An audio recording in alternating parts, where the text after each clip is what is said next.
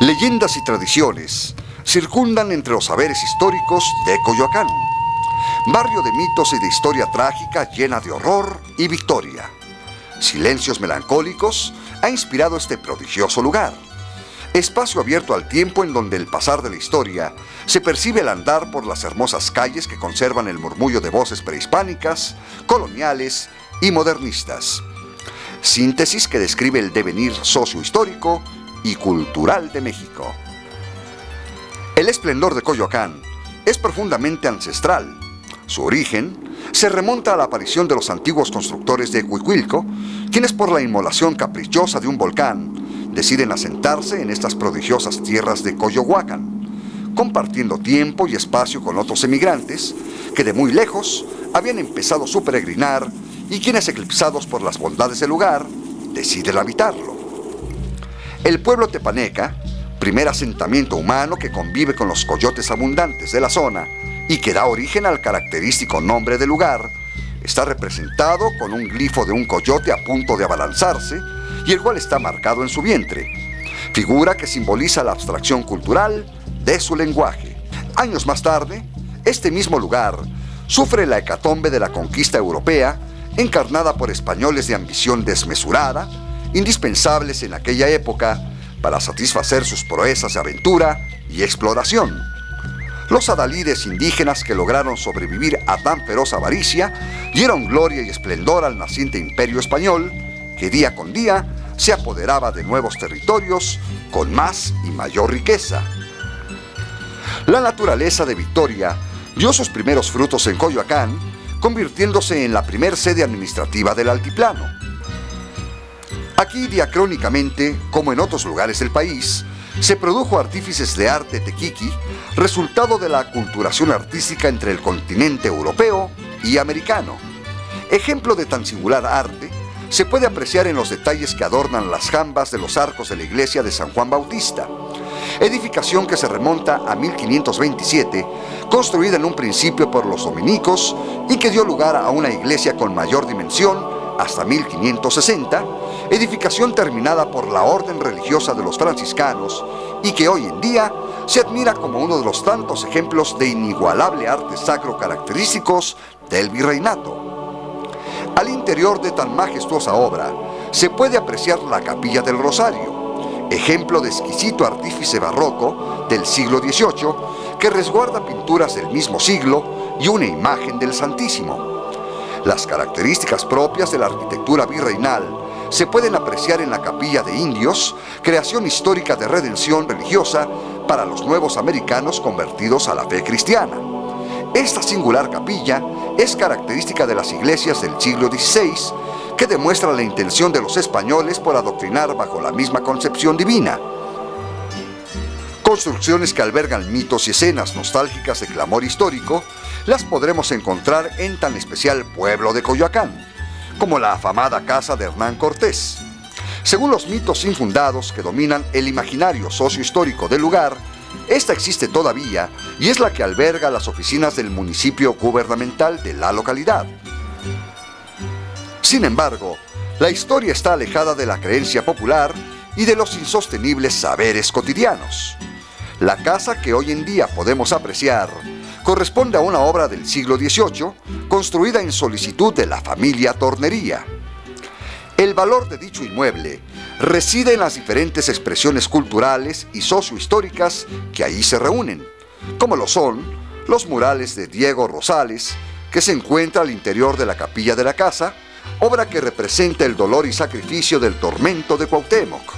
Además, la sala de Cabildo alberga el trabajo de Aurora Reyes, quien de manera artística detiene el tiempo para representar con su mural el encuentro, la vida de los tepanecas y lo glorioso que pudo haber sido los tiempos prehispánicos. Dentro de estos detalles históricos, sobresalen también el escudo de armas que se le otorgó el 24 de julio de 1561 a la villa de Coyoacán por disposición del entonces rey de España, Felipe II. En la parte inferior del emblema existen dos saetas que se le atribuyen a los tepanecas, suposición que hace pensar en un sincretismo simbólico utilizado constantemente por los esclavizados para darle una referencia cultural propia. La iglesia de la Conchita, maravillosa iglesia que fue administrada por los franciscanos en 1524, o como el Templo de San Diego del siglo XVII y el Monasterio de Churubusco del siglo XVI, construcciones de la Orden de los Dominicos, son parte de las obras arquitectónicas que albergan arte sacro y que dan al pueblo de Coyoacán una singular belleza de profunda religiosidad. La influencia arquitectónica se percibe al pasear por las calles importantes de Coyoacán. Es indispensable andar por la calle de Francisco Sosa, paseo obligado para apreciar los primeros trazos que dieron forma y estilo a las primeras calles de origen y concepción europea.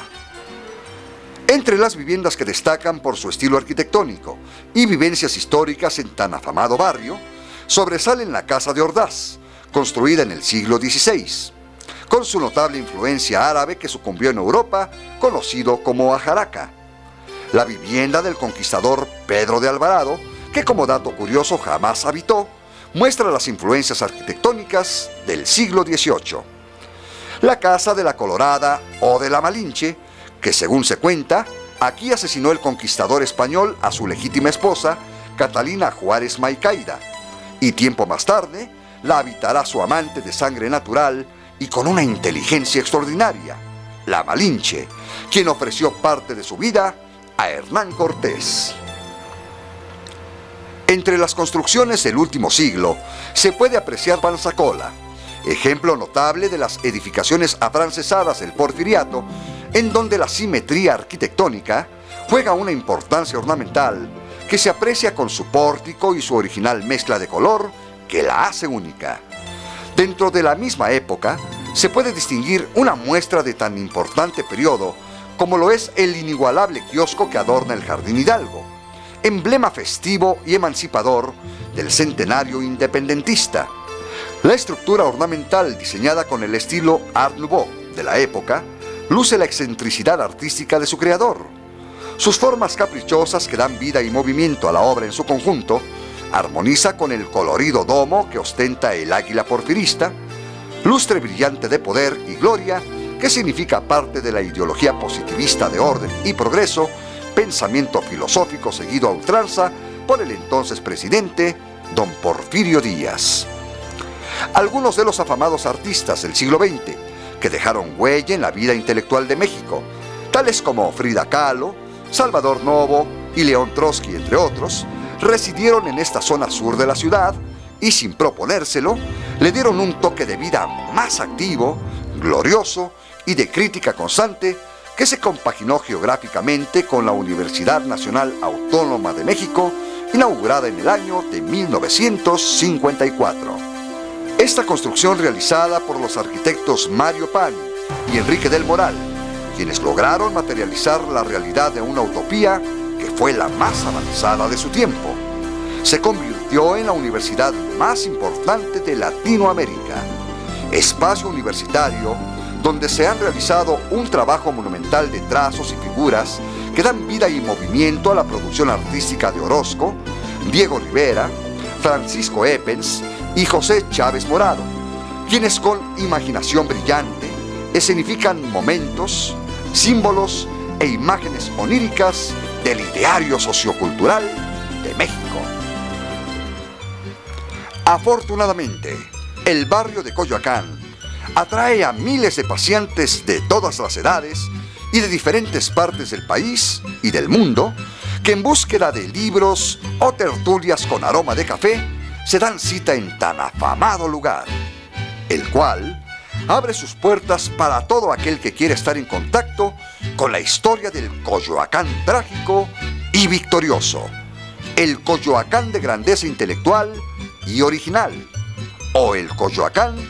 de inigualable vida bohemia.